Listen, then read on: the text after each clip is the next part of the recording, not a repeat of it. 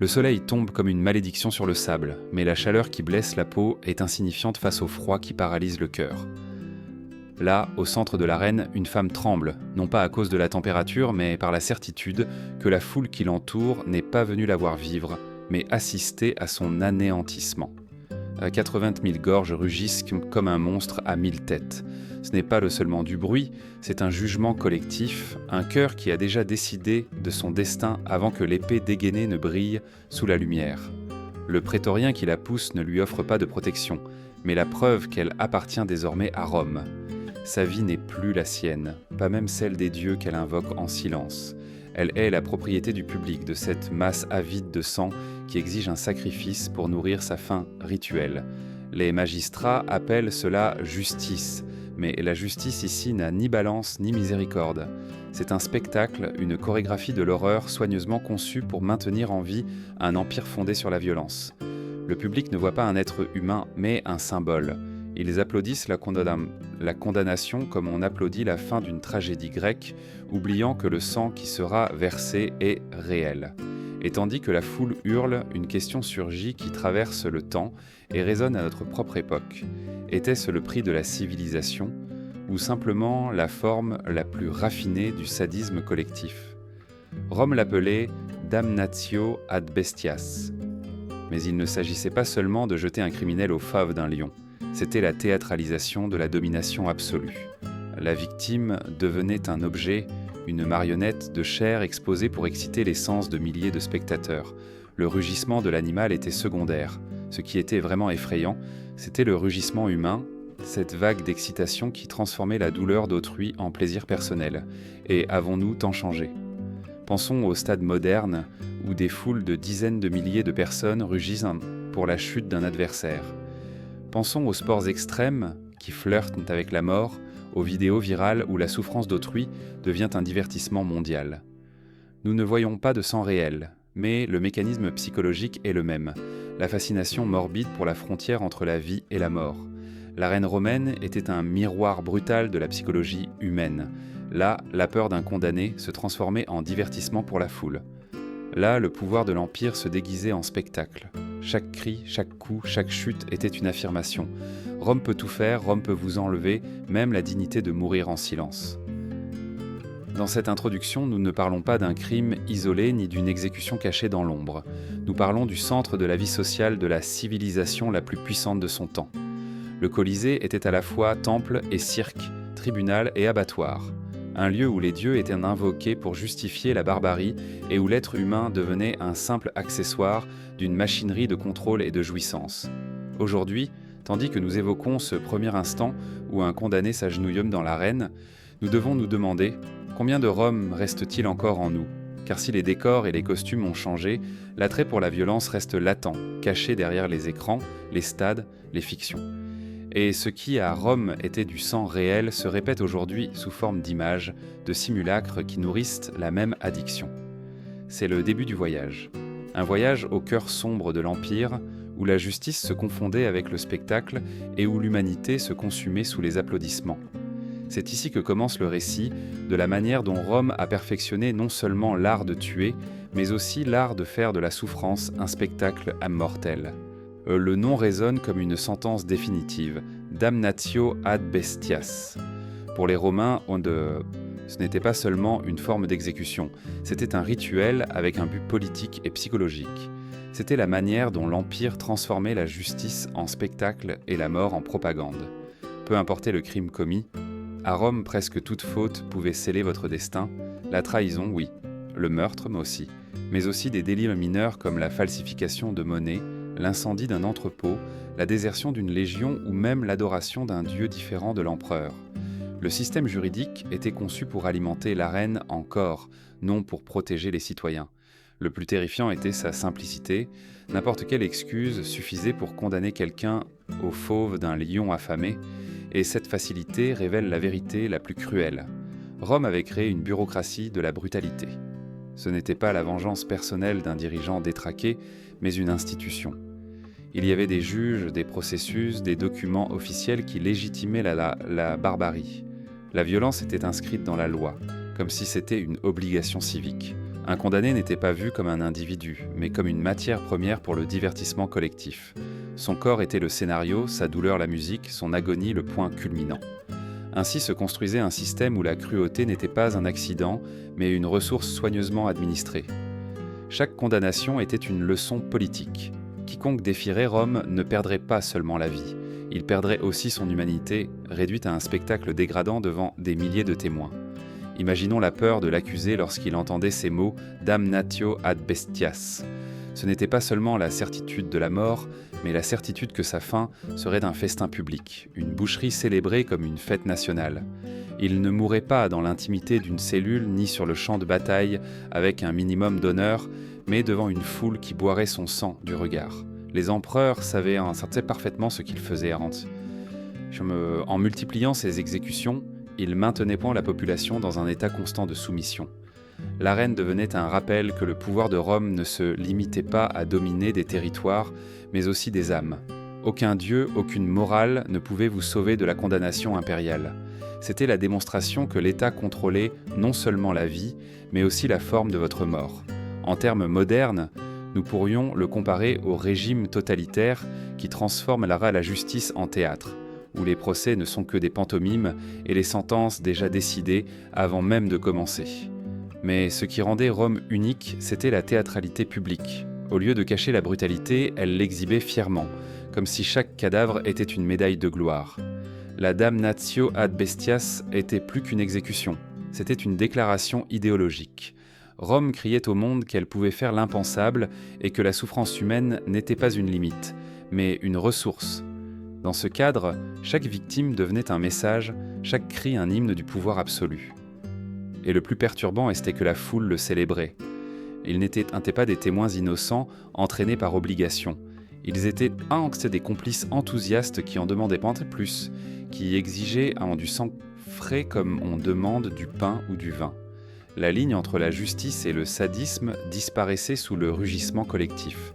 Telle était l'essence sombre du système romain. Il ne s'agissait pas de rendre justice, mais de rappeler chaque jour aux citoyens que leur vie dépendait du caprice du pouvoir. Et tandis que la foule riait, applaudissait et célébrait, la machinerie de la peur restait en vie. À chaque exécution, Rome consolidait sa domination. À chaque corps jeté aux bêtes, l'Empire montrait clairement qu'il pouvait tout prendre. Votre liberté, votre foi, votre corps et même votre mémoire. Car dans l'arène, il ne restait pas de martyrs anonymes, mais des spectacles consommés par la foule. C'est ainsi que fonctionnait la loi du massacre.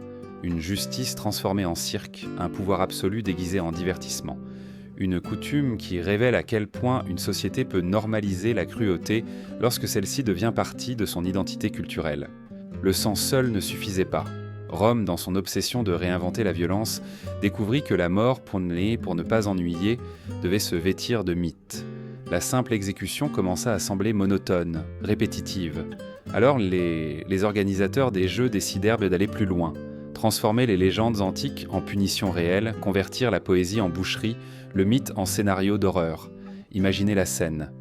Un prisonnier condamné à mourir est attaché avec des ailes de cire et des plumes grossières. On le place en haut d'une plateforme au milieu de l'arène. Pour le public, ce n'est plus un homme anonyme, c'est Icare, le rêveur qui a défié le soleil, et tous savent comment finit l'histoire. Le condamné est poussé.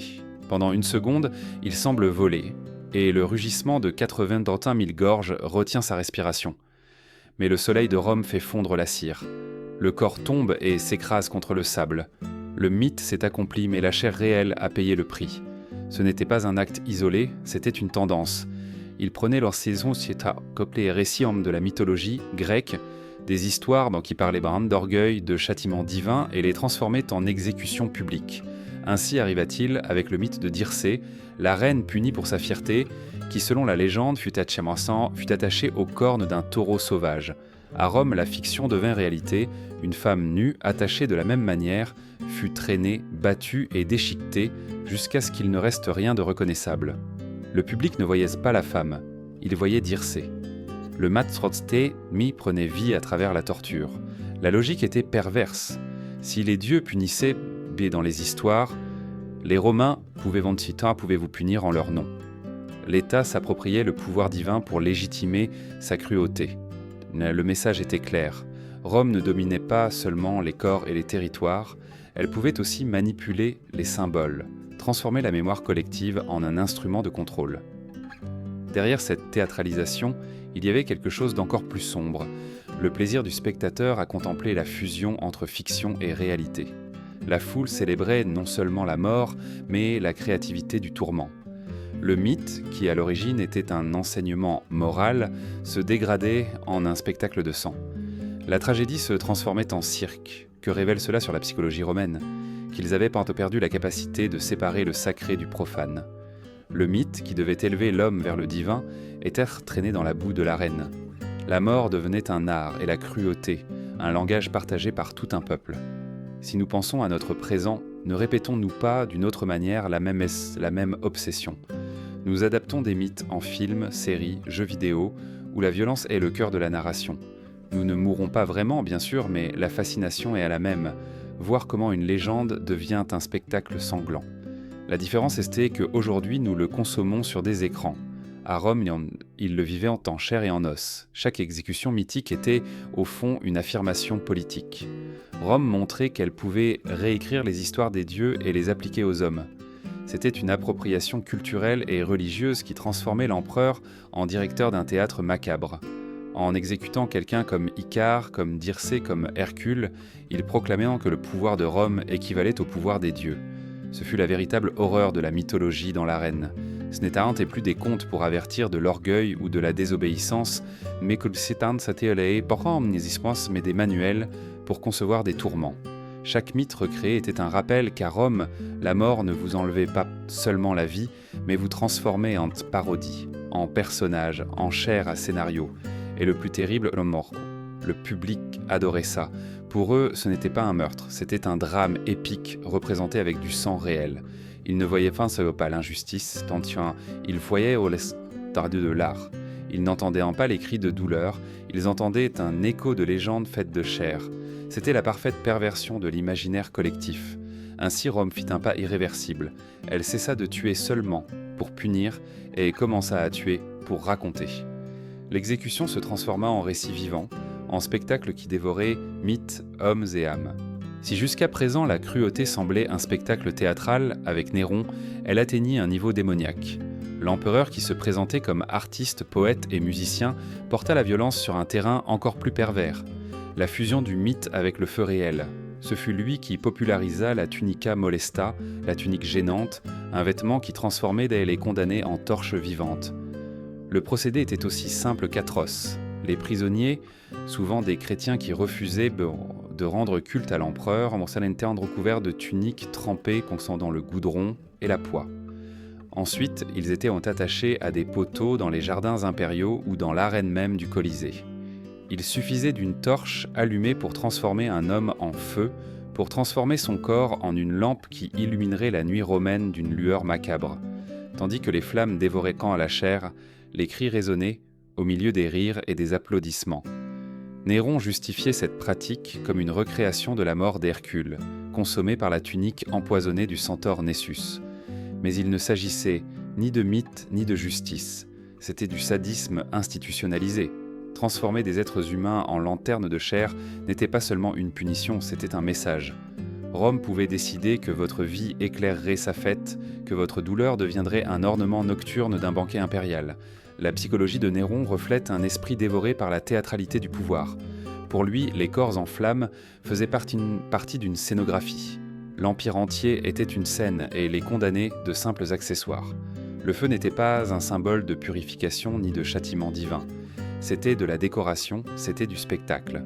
Mais l'impact le plus profond ne résidait pas dans la souffrance des martyrs, mais dans la transformation culturelle que cet acte représentait. La mort cessa d'être un fait tragique pour devenir un divertissement visuel, une image conçue pour impressionner. C'est le germe de quelque chose que nous reconnaissons encore aujourd'hui. La banalisation de la douleur, la conversion de la souffrance d'autrui en spectacle public. Les chroniqueurs racontent que les chrétiens transformés en torches étaient appelés les corps lumineux. L'ironie de ce nom glace le sang. Lumière produite par de la chair brûlante, clarté née de l'obscurité la plus brutale. Et pourtant, le peuple accourait, applaudissait, célébrait. Parce que le feu avait un double effet, il punissait le hérétique et renforçait le pouvoir de l'empereur. Chaque corps en flammes était un rappel que Néron, et avec lui Rome, pouvait décider non seulement de votre vie, mais du mode exact par lequel votre mort éclairerait l'histoire. Si nous transposons cette logique au présent, l'écho est perturbant. N'avons-nous pas vu des régimes modernes utiliser la violence publique comme avertissement ?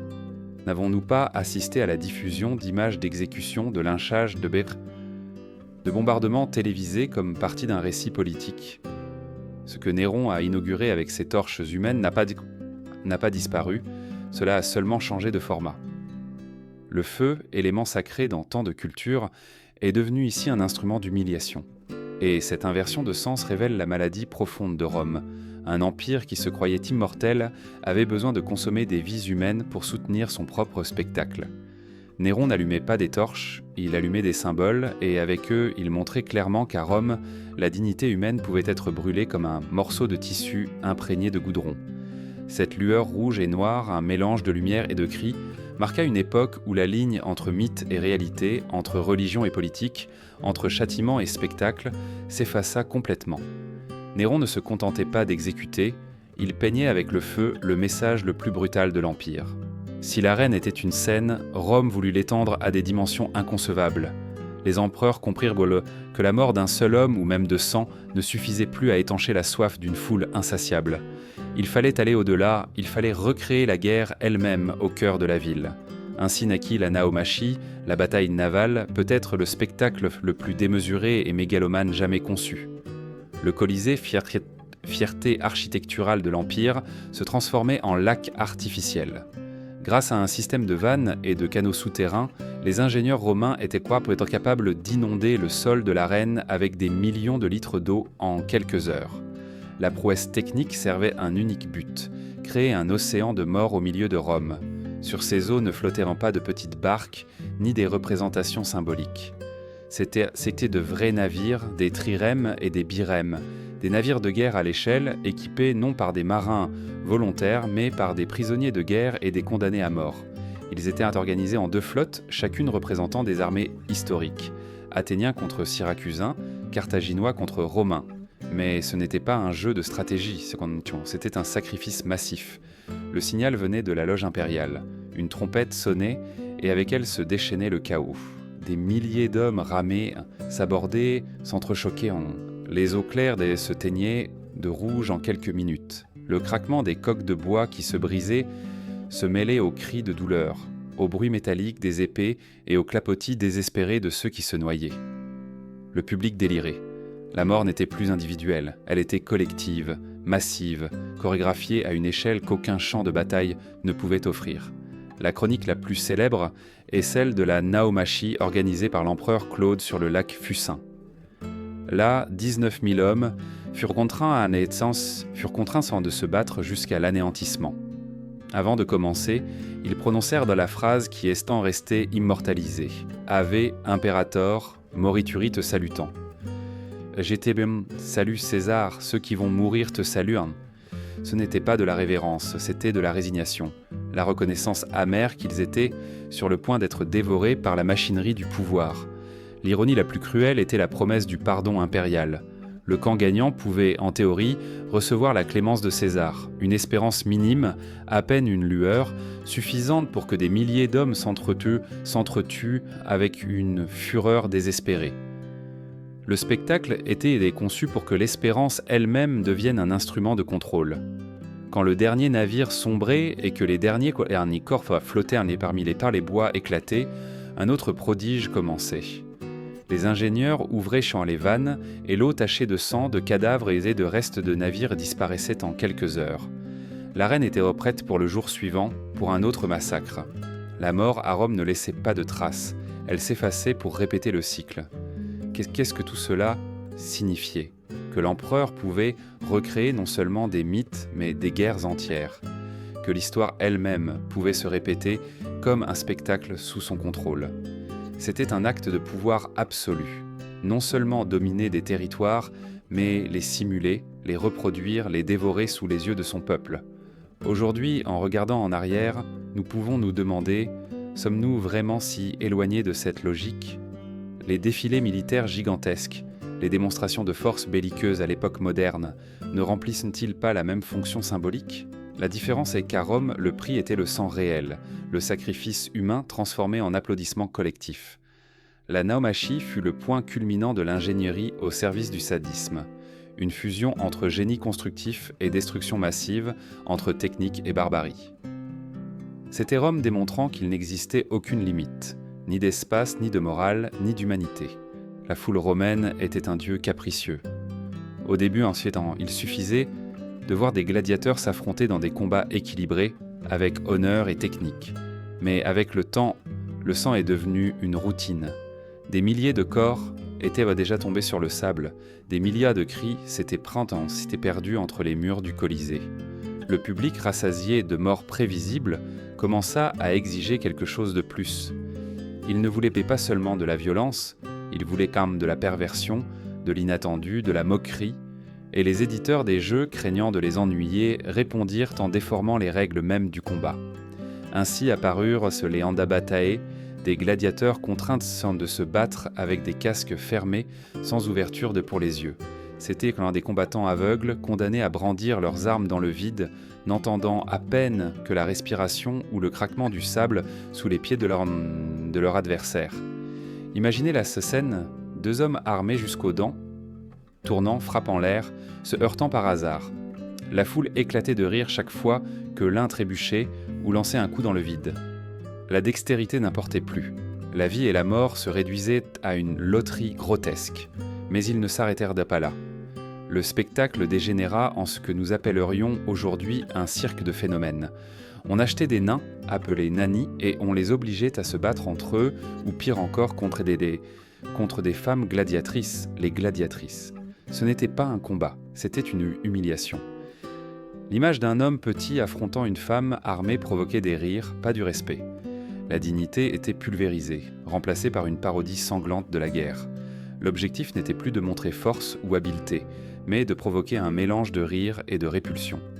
Des hommes contraints de lutter contre des animaux impossibles à blesser, des gladiateurs armés d'ustensiles ridicules, des batailles à quoi conçues pour être des blagues sanglantes.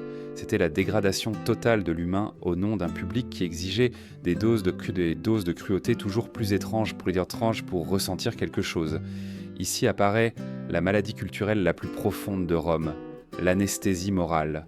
Une société qui avait vu trop de sang, on ne réagissait plus à la douleur d'autrui. Ils avaient un besoin de l'absurde, du grotesque, de l'impossible. La violence s'était dévorée elle-même, épuisant les formes de mort honorables et ne laissant que la mort ridicule comme ressource. Si nous y pensons en termes modernes, il n'est pas difficile de reconnaître le même schéma. Aujourd'hui, le public mondial consomme des contenus de plus en plus extrêmes, des téléréalités qui recherchent l'humiliation, des vidéos virales qui exploitent contre les accidents et les malheurs, tant qu'en côte, des bagarres diffusées comme divertissement de masse. Quand l'ordinaire n'impacte plus, la société exige le difforme, le morbide.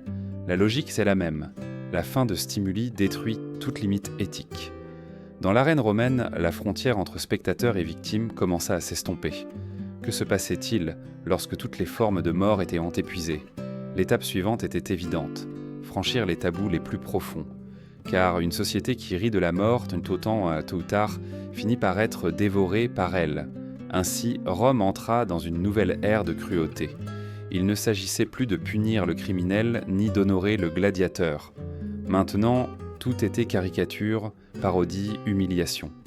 Le sang avait cessé d'être une tragédie pour devenir une blague. Et cette banalisation marqua un point de non-retour dans la psychologie collective de l'Empire. Au cœur du pouvoir romain, lorsque la reine avait déjà tout vu, la transgression définitive eut lieu. Elle ne vint pas d'un esclave, ni d'un criminel, ni même d'un gladiateur professionnel. Elle vint de l'homme le plus puissant du monde, le fils du philosophe Marc Aurèle, héritier de l'empire le plus vaste de la terre, Commode. Commode ne se contentait pas d'être empereur, pontife maximum et représentant de Jupiter sur terre. Son ambition était plus vulgaire et plus dangereuse, il voulait être une star du spectacle. Il descendit dans l'arène, brisant le tabou le plus sacré, et se présenta comme gladiateur. Mais ce n'était pas un gladiateur, c'était une farce, une insulte à chaque homme qui était mort avec honneur dans l'arène. Ses combats étaient soigneusement manipulés, il affrontait des gladiateurs novices avec des épées en bois ou des vétérans terrifiés qui savaient que blesser l'empereur signifiait une mort lente et cruelle. Parfois, dedans, ses adversaires étaient des mutilés de guerre, des hommes sans bras ou sans jambes qui pouvaient à peine se défendre. Commode les massacrait pendant que la foule criait, non par respect, mais parce qu'il était obligatoire d'applaudir. Son spectacle préféré était la venatio, la chasse aux bêtes. Mais même là, il ne montra aucun courage. Depuis une plateforme sécurisée, élevée au-dessus du sol, il tirait des flèches sur des girafes, des autruches, des éléphants. Des animaux exotiques, amenés des coins les plus reculés de l'Empire, tombaient tard l'un après l'autre sous sa javeline. Ce n'était pas de la chasse, c'était de l'extermination. Dion Cassius écrivit qu'en un seul jour, il réussit à tuer 100 lions. L'empereur jouait à être Hercule, mais il n'était qu'un boucher couronné. L'humiliation atteignit son paroxysme lorsque Commode commença à se faire payer pour ses apparitions. Pour chaque spectacle dans l'arène, il facturait au trésor romain épuisé la somme exorbitante d'1 million de sesterces. L'homme le plus puissant du monde était devenu un artiste à gages, dégradant la majesté de l'Empire pour des pièces de monnaie et des applaudissements forcés. Le Sénat le méprisait en secret, mais personne ne pouvait l'arrêter. La plèbe l'acclamait, mais non par amour, mais par peur. Commode avait transformé la fonction la plus auguste de la planète en une caricature sanglante. L'empereur n'était plus le gardien de la tradition ni le symbole de la stabilité. Il était le clown principal du cirque de la mort. Psychologiquement, Commode incarnait le narcissisme absolu. Il ne cherchait pas à conquérir des territoires ni à légiférer pour l'avenir. Il aspirait seulement à sentir la chaleur de l'arène sous ses pieds et le rugissement de la foule criant son nom. Il voulait être aimé, craint, admiré et haï en même temps. Et en mélangeant le pouvoir politique avec le spectacle sanglant, il scella la corruption définitive de l'Empire. Car lorsque le chef suprême cesse de gouverner et devient un divertissement, lorsque son ambition n'est plus d'étendre l'État mais de satisfaire son ego dans l'arène, toute la structure vacille. Rome, qui avait dominé le monde avec discipline et stratégie, tombait maintenant entre les mains d'un homme qui ne cherchait que ses propres applaudissements. Commode ne fut pas seulement un empereur corrompu, il fut le symptôme de la maladie finale de Rome, le moment où le pouvoir cessa d'être un outil de contrôle et se transforma en spectacle personnel. Un empire qui fit de la dignité un cirque était condamné à se dévorer lui-même. Le destin de Commode ne fut pas scellé dans l'arène, sous l'ovation des multitudes, mais dans la pénombre silencieuse de son propre palais. L'homme qui avait joué à être Hercule réincarné, l'empereur qui s'était déguisé en gladiateur pour nourrir son ego, trouva sa fin non pas avec la gloire qu'il imaginait, mais avec la sordidité d'une conspiration de palais. D'abord vint le poison. Sa concubine, lasse de supporter sa folie et manipulée par ceux qui conspiraient contre lui, lui servit une coupe empoisonnée. Commode but, mais son corps, fort et habitué aux excès, résista. Le poison n'agit pas aussi rapidement que prévu. L'empereur, bien qu'affaibli, respirait toujours. Alors entra en scène Narcisse, son entraîneur de lutte, l'homme qui connaissait la force et la fragilité du corps de César. Obéissant à des ordres secrets, il prit une corde et, dans le bain, l'étrangla sans pitié. C'est ainsi que mourut le gladiateur invincible, asphyxié sans défense, trahi dans l'intimité de ses appartements. Le contraste est dévastateur. L'homme qui s'était pavane dans l'arène comme un demi-dieu fut réduit à un cadavre vulgaire, abandonné par ceux qui feignaient tant de l'adorer. Il n'y eut ni applaudissements ni foule, seulement le silence humide d'un bain et les mains fermes d'un assassin obéissant. Le spectacle qu'il avait tant cherché se termina sans public, sans gloire, sans honneur. Sa mort ne fut pas seulement la fin d'un empereur, ce fut l'effondrement symbolique d'une ère. Rome entière était tombée dans le piège de transformer le pouvoir en cirque, de réduire l'empire au divertissement. Et lorsque l'empereur lui-même devint un clown, l'empire entier fut mis à nu devant sa propre corruption. La violence, qui fut autrefois un instrument de contrôle, était devenue une addiction. Et comme toute addiction, elle finit par dévorer l'addict. Les chroniqueurs le décrivirent comme un dénouement pathétique, indigne du titre impérial. Mais peut-être cette indignité était-elle inévitable. Quelle autre mort pouvait avoir un homme qui avait réduit le trône le plus auguste de la terre à une scène bon marché ? Le héros qui voulait mourir dans l'arène périt dans la baignoire, étranglé comme un criminel ordinaire. L'écho de sa mort révèle quelque chose de plus profond. La violence, lorsqu'elle devient spectacle, finit par se retourner contre son créateur. L'empereur, qui jouait avec la vie et la mort de milliers de personnes, finit par être victime du même jeu. La conspiration qui l'élimina ne fut pas héroïque, elle fut pratique. Rome ne pouvait plus soutenir un bouffon sur le trône, et ainsi le cycle se referma. Le gladiateur couronné mourut non dans l'ovation, mais dans l'humiliation la plus intime. Avec Commode mourut aussi l'illusion que la reine pouvait soutenir un empire.